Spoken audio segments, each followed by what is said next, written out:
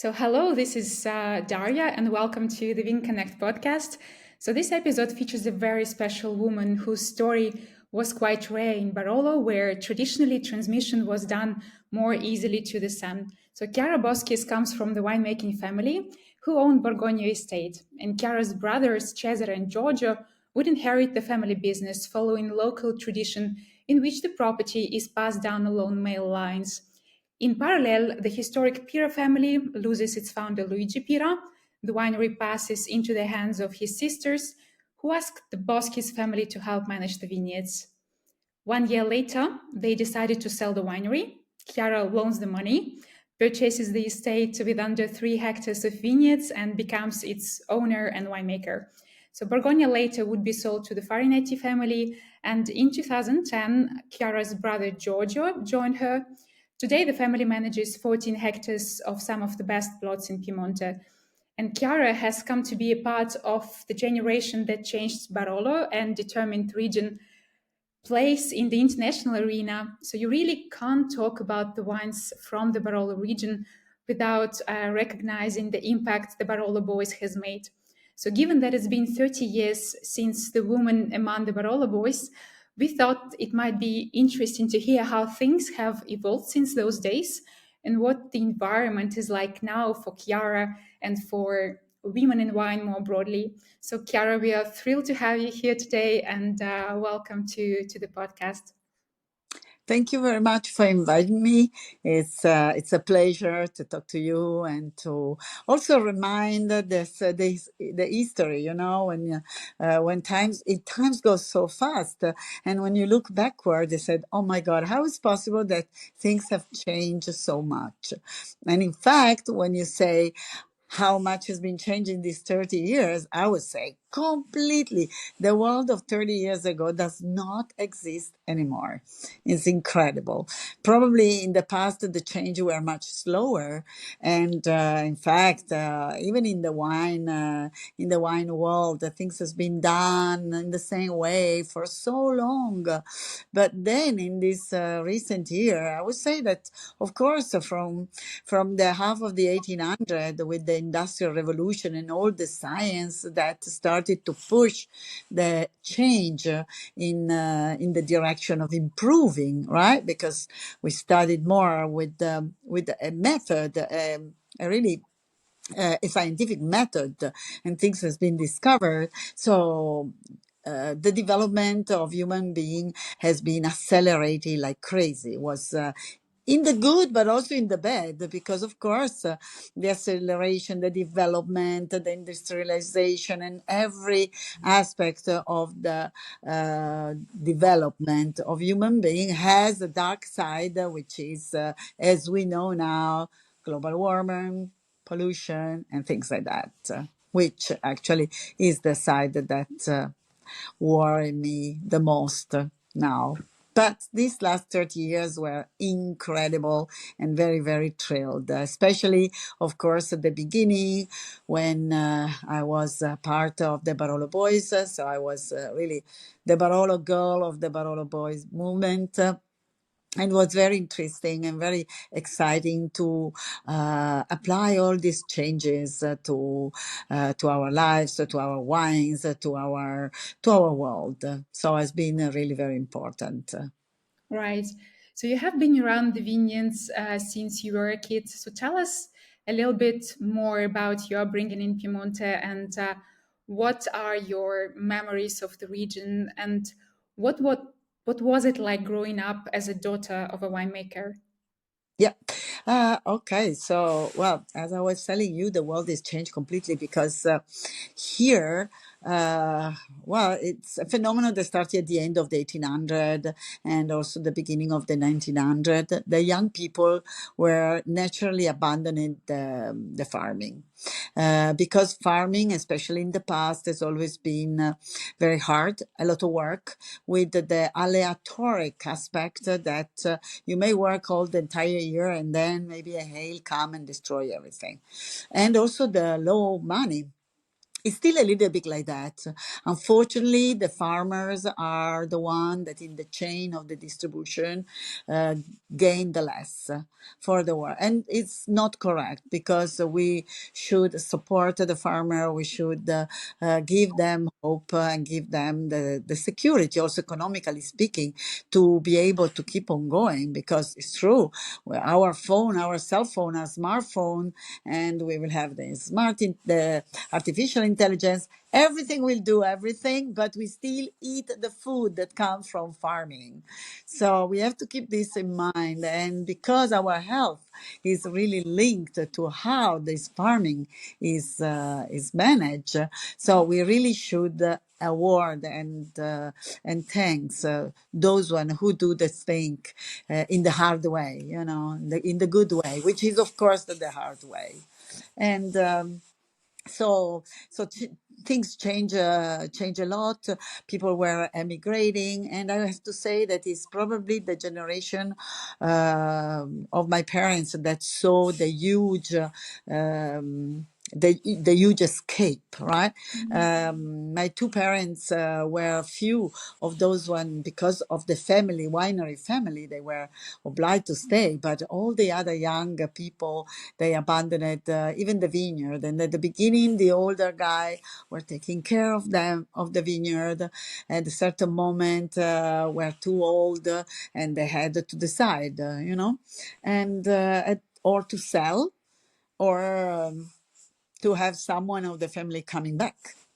So my two parents actually hold the position, because they had to take care of the family winery. Back then, at that time, there were very few wineries, 30 winery in the area, more or less. Most of the people were farmer. And but with this emigration, things change a lot. But and I have to say also that my family also gave me a great opportunity, the opportunity to study. In the past, the farmer children never had the chance to study. They were obliged to work to help the economy of the family, So that was the first great gift that I received from my family. So I studied, I went to the university. So if you consider that my parents barely learned how to write and do the calculation, and I had a degree in my pocket, so it was a big change. But of course, even if I was studying, I was always helping my family.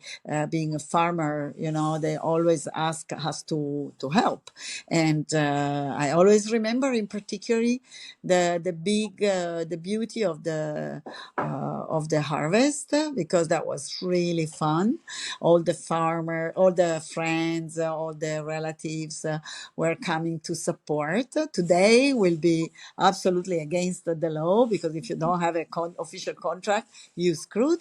But back then was possible. Everybody was coming to help. My mother was cooking her wonderful food. She was a great cook, and so people would come, to work for food. And and then they were laughing, they were singing. I had this memory that probably is this happy and bucolic aspect of my memory really link me to the area forever, because I have this beautiful memory of a very nice youth growing up in a very healthy environment. I was running to the wood, we were playing in the wood, we were doing very nice biking everywhere, in the vineyard. And so it's a very beautiful experience growing up in a nice family, because my parents were fantastic parents that loved us above everything. And this one really hooked me forever in this work. But of course, we have been working, and I was always making fun when I grow up, and I was telling to my parents, look, I should have called the pale blue phone, that is the phone that you can call when you are, as a young person, you are obliged to work. Back then was normal, and everybody was helping the family. And you studied economics, am I right? At the Yeah. university. Yes, because like you were saying before, the winery was supposed to be handled by the boys. So my older brother studied economics. He studied winemaking. He was an enologue, and in the past, the women were normally supposed to get married, and they were lost resources for the family because they would abandon the original family. But it's also true that I grew up in a period of big transformation, of big revolution. You know, growing up, I breathed the big changes introduced by the 68. And so I was pushing even more the feminist movement, everything. So it was very fun to grow up in that time. It was very challenging, but I always been a warrior more than a princess, of course. So I've been used to the battle, and I still today I get this adrenaline, this excitement to win the battles. And also, you know, I grew up in a family. We were four, two boys and a sister, and we were all one against all the others. So we were always engaging big, also physical battle, to be honest. We kick each other like crazy. So I really realized that growing up is not easy. It's a continuous fight, but I get a very good exercise. Right. So just talking a little bit for a moment about the challenges, like in Barolo today, women have firmly taken their place, but in the 90s, I imagine this might have been very challenging. So from the woman's perspective, what were these challenges like as you found your feet in the business? And did you have to fight for independence? And if so, then how? Yeah, of course. I think that back then the social the social expectation, you know, for women in the late 80s, like this, they were, of course, that you get married and you have children. That was the normal, and.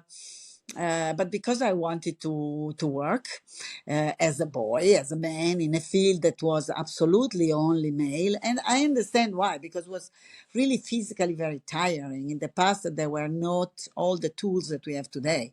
So today is much easier to work. We have machine that actually make most of the heavy work. And back then was not like that. So being me engaging one because I wanted to work and to be like a man, like a boy. So then there was the social riprovazione sociale. So they criticize the social critics. They were saying, "Ah, a woman, they want to be like a man. Then you have to be like a man." And then I really work hard to be at the same level, to be considered at the same level. I knew that I had to work even more, of course. So I knew that to be considered at the same level, you always have to be better. Otherwise, they don't even see you, right? Yes, exactly. And the moment when you came back to the winery coincided with something that will make a big change for Barolo region in terms of the quality of the wines produced and the international recognition that is a Barolo Boys revolution. So, how conscious were you of the significance of what you and the boys were doing at the time? Well, we did a lot of brainstorming, let's say, getting together. First, I was lucky to leave, to start my career in a moment in which the world was opening up a little bit. You know, in the past, the time of my parents or whatever, because of the wars, you know, we had the two world war, so the reconstruction, there were no money, there were no opportunity to travel. You know, my parents, can you imagine when they get married? Their honeymoon was at the seaside because you would never see the sea up to your 30. and the sea is only 100 kilometers from here. Can you imagine? But people had they moved with the bike, they didn't have cars, so it was really completely different. And so my generation was really the first generation that we started to get together. We started to go, for example, to the fair like in Italy, and it's there where I met all these winemaker. There was already a little group that were working together, a small association, and I really fall in love with the idea of the cooperation. I always like the team, to work in a team. I know that if you are a ant, you cannot do a lot, but a thousand of hand can move a table, let's say. And I like this project. I started to go out with them, to taste and talk, and I became a good friend of this winemaker that today are rock star, and unfortunately some of these friends already passed, but. So the idea was really, we knew what we were doing, we knew exactly what we wanted to what we wanted was to change this environment so hostile for farmers. We thought that we needed and we deserved more attention. For this reason we made an association that was called the Langa Inn, because we wanted to become cool farmer, right? And so we started to change many things in the way we were working. So some of the most important change, as you probably know, is that we started to decrease the production in the yield in the vineyard. So that was something that was a really big impact for the people that were not used to these practices. So we were throwing away a lot of grape on the floor, right? So the people were shocked from this waste of fruit. But the idea was to have better wine, better quality, more natural concentration. And then uh, always in the vineyard, the most important concept for me was the focus that we started to have on terroir, so the vinification impurity of the single cru. And this came from the fact that we experience working together, trying the wine of each other. We experience this diversity, and we kind of become fun of this. And we thought that even our customer, our friend, would have loved this diversity and this different characteristic of each vineyard. Then in the cellar, probably know, we had a lot of changes.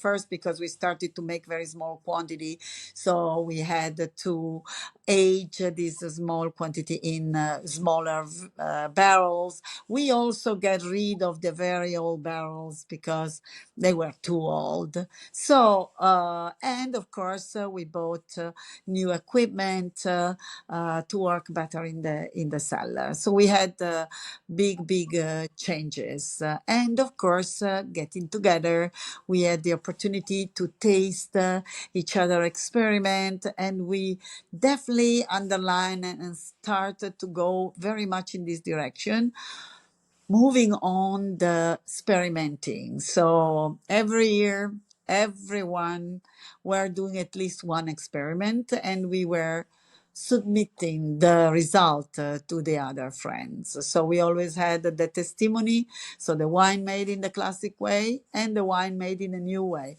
with longer fermentation, shorter fermentation, this and that, whatever. We tried everything to learn ourselves. And the life is not long enough to make enough experience, especially if you are doing your work on the regular basis, right?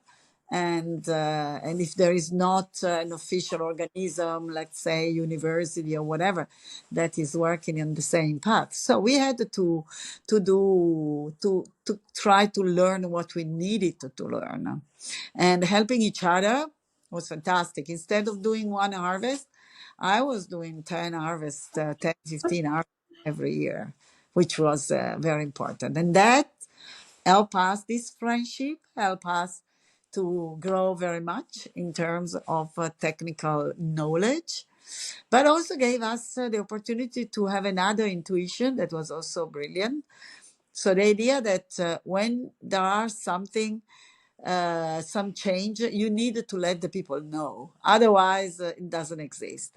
And so we started to go all over, I don't know, in Italy also, but also abroad, to propose this wine that was unknown. Barolo was very much unknown. In Italy, most of the people were drinking regular, more simple wine. You know, the Dolcetto was the superstar, and the Barolo was unknown. Was used for gift. People, because it so had such an allure, was very expensive. So people would give as a gift to the doctor, to the lawyer, you know, but not drinking really. So we started to put the Barolo on the table, and the people discovered this wine and fall in love with it. Yeah, so something that you've briefly mentioned in the 90s, there has been this idea of the polarization. So, but in retrospect, 30 years later, it is clear that there was never a war, but more of a necessity of an evolution in the region that had to face the challenges of the market.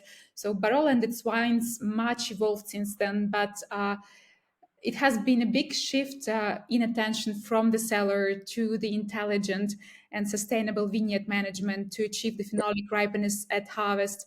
So, how do you personally see this evolution curve right now, 30 years later? Oh, the war is not finished, because today, let's say now, everybody has understood the work that we were doing, and the new generation are taking for granted what maybe their parents were shocked. The new generation are, you know, they have access to knowledge with internet, with also the possibility to do experience. I have every year, I have some children of other winemaker that ask to do internship in the winery. It's fine. I think it's the best way to teach and have the young generation, and giving the young generation the tools for learning. So this opportunity that back then there was not, because there were no money, no possibility. Today the younger kids have. I also have three nieces, the daughters of my brother, and they are very smart. They are very passionate, and of course, so they also had the opportunity to go to do seminars in other winery, but not only here, also abroad. So this open your mind. But you know, the challenges today are very, very much are different. So we understood how the quality comes from, you know, from the right, the possibility, if you have the right position, if you have the right vineyard, if you have the right varietal, taking care of the vineyard in a very maniac way, and we are organic, so we take care at the best. Of course, in the cellar, you have to be very careful and gentle to arrive to express a wine from the grape that our vineyard generously offer to us, to make a wine more beautiful and pure possible. So that is something that now we learn. But there are new challenges, like I was saying before, the changes of the weather, uh, the change also of the habit. You know, things are, in the past, here, for example, the wine is part of our culture, has thousands of years. You know, has always been a part of our life, and so, but it's also a part that, if in the past was part of the sociality and the tradition of the family, today become also something else. It become, for example, luxury product. It becomes something else, you know. So um, there are many changes, also changing in the habits of the people. So we have to kind of explain this product wine of top quality, to let the people know what to expect from a high quality wine. Right. So you mentioned between the three nieces, the daughters of your brother, Beatrice has recently been actively involved in the winery. Oh, And yes. do you think if there is anything you believe is distinctive about how women approach the winemaking, and does the women's intuition play a part? Well, I can tell you right away that this pink revolution that I hope I contribute to happen, and today is here because all there are many girls that are into the wineries. They study enological school, like my niece Beatrice, who is a war machine. I always tell her is amazing. She does everything and with a lot of passion. She never stops. I think that the approach that the women give to this world is in terms of different aspects.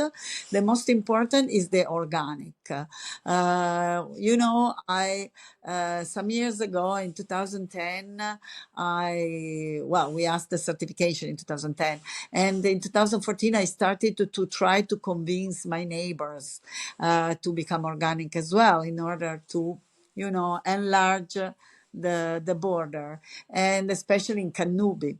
And I have to tell you that going through the women, the what looked like a mission impossible, it came possible. So little by little, all the producer of Canubi accepted to do the organic farming protocol, and this is due most of the time because there are women involved.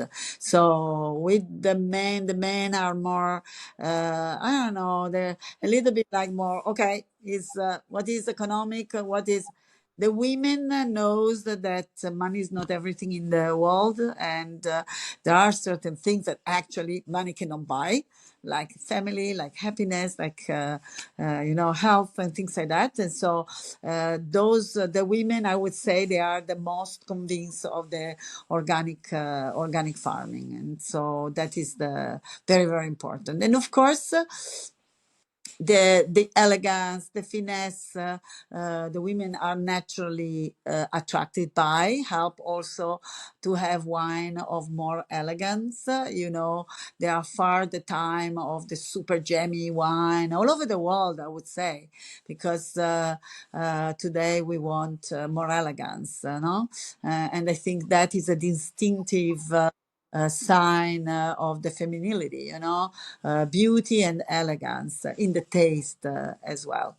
And also for the social, from the social point of view, I think women will never take advantage, nor take advantage of the work of the other.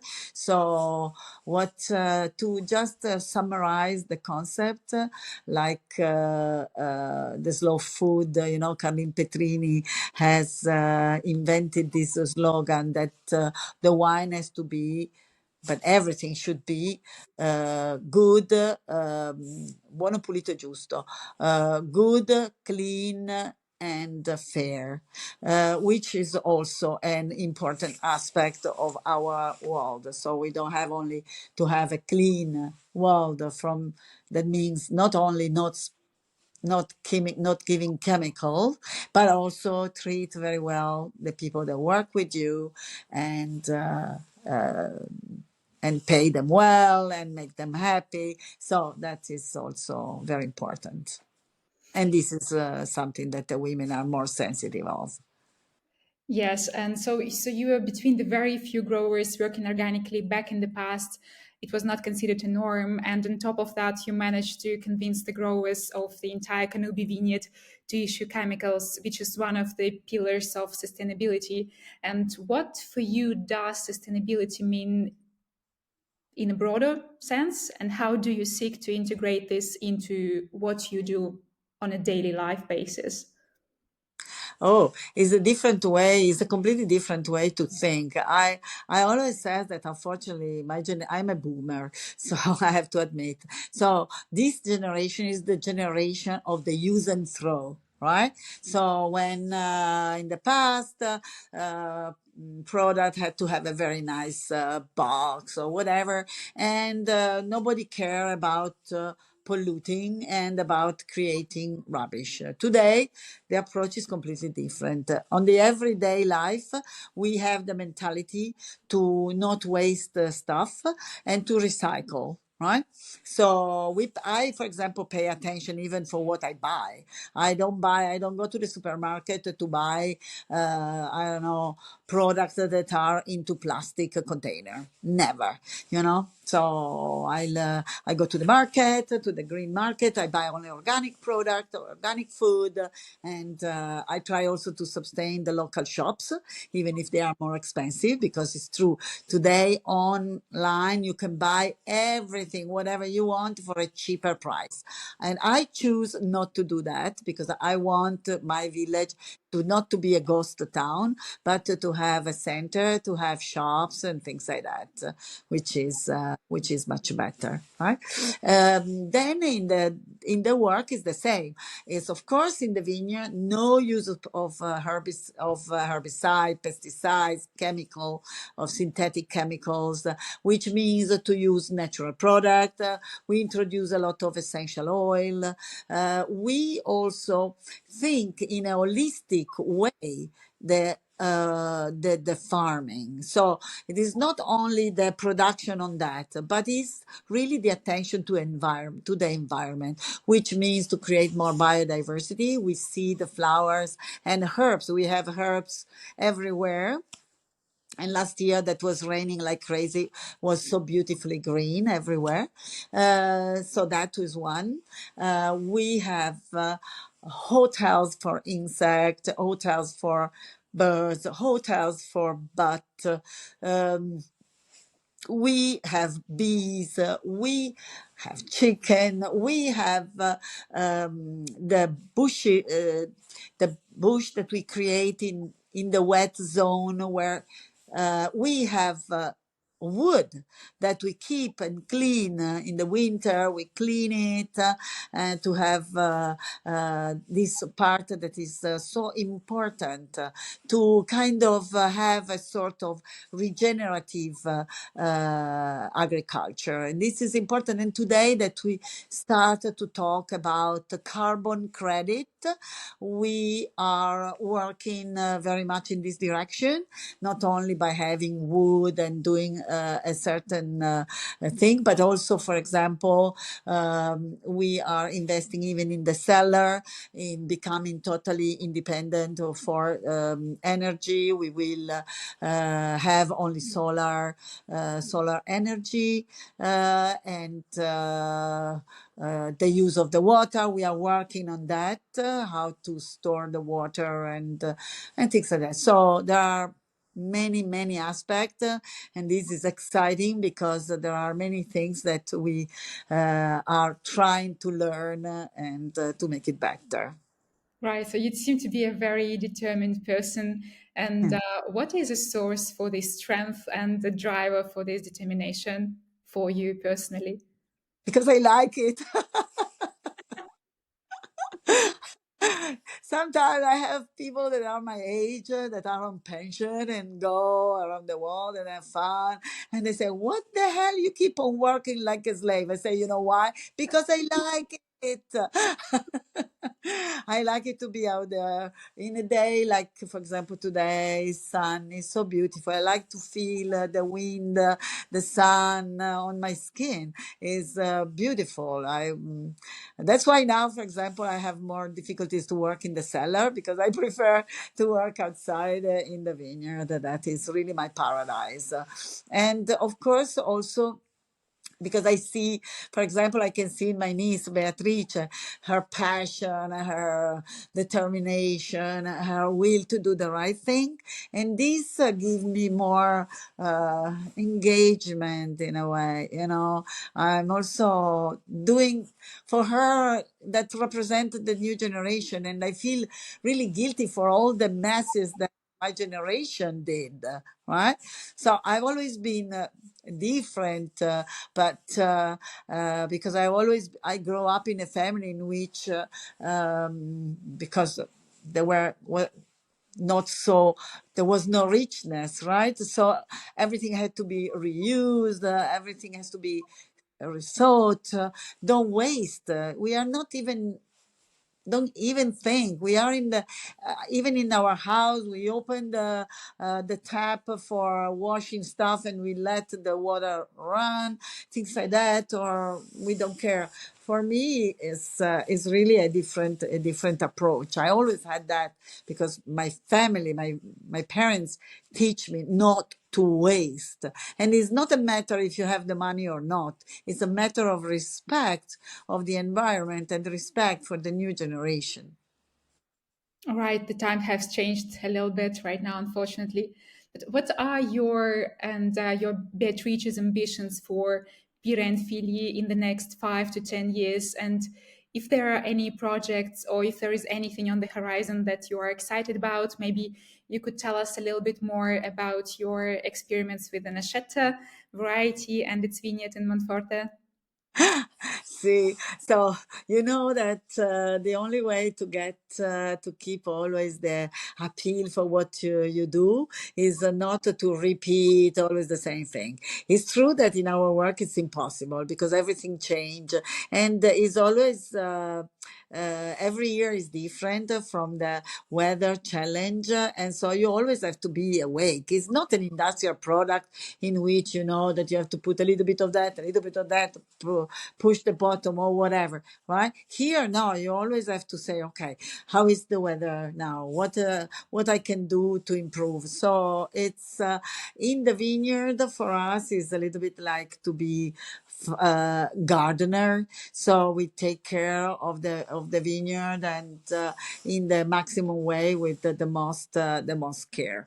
And of course the experiment are always doing so. For example, to try to protect the vine from illness, from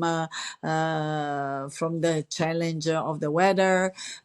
So let's say, for example, we are trying alternative cure for beating the bacteria that can create bacterial virus that can attack and kill the plants. So we have an approach that is almost a little bit like a medical approach. So today the medicine will tell you that it's better to prevent. So let's say to have a vaccination or to have a nice style of life, be healthy, don't do the risky stuff like drug or smoke or whatever, and have a moderation in everything. So the same approach we have in the vineyard. We try to work on the plant in the way to take away the stress. So we change the way of pruning. Today we have the so-called soft pruning, the managing of the canopy, the protection with the net from hail or from the sun, the managing of the canopy. We don't cut the canopy to let the plant to express themselves. So we we comb the vineyard, let's say, and it's much more work. That is much more expensive to compare to other technique. No, the managing of the flowers. All the rows are full of flowers and full of herbs. So there are many techniques. Then we play also around with new thing. So we did plant 3 3,000 meter of Nascetta. It's a local white, and because a lot of people sometimes ask me, "Oh, you do so many red, so many, not so many. We do 6 wine only, but we do. Do you do only red, or would you like to have a white?" And I said, "Why not?" So Nascetta is a simple, lovely, adorable wine, local wine, and I think that this is one experiment that you want to do. We tried also some timorasso just for fun, and as a white grape. But we are playing around also with other varietal like that are typical of the area, like a little bit of Fresa, like a little bit of Albarossa. So we do some experiment to try how they adapt to the new weather, to the new climate, to the new challenge of the alien invasion of I don't know, virus or bacteria, things like that. So it's a continued non-stop thinking and rethinking, and that makes you engaged, and hooked to this work, because you never you never you never finish. It's not like, okay, I found the solution, fine, ciao, that's it. No, there, there is never only one way of doing things. Yeah, So that's totally fascinating. I'm sure you pass a lot of wisdom to bear, but what piece of advice would you give to the younger generation of the female winemakers? I think they are very well equipped, because they're smart and they have a lot of passion. So my niece, for example, she has a fire, right? That I can see. I recognize myself in her, in this fire that wow, cannot.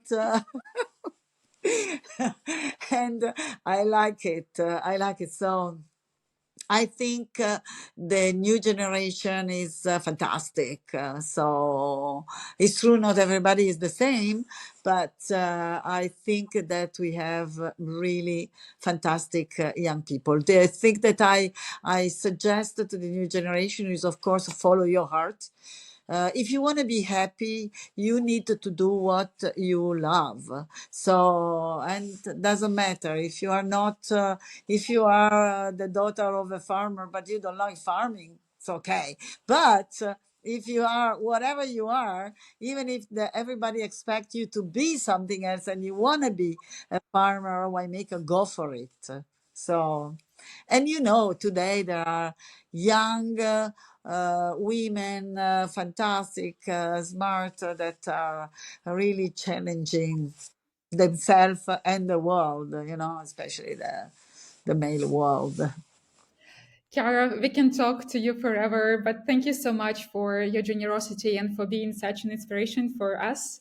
And thank you for your time. I hope we'll see each other soon at some point in Barolo. And I'm wishing you all the best. Thank you very, very much. It was a pleasure. And of course, I could talk forever, but I know that there is a time. And I think that we put seed, by the way, right? So we should be just right in time. Perfect. Thank you very much. Thank you. Thank you very Bye, much. ciao. Ciao, ciao to you, everybody.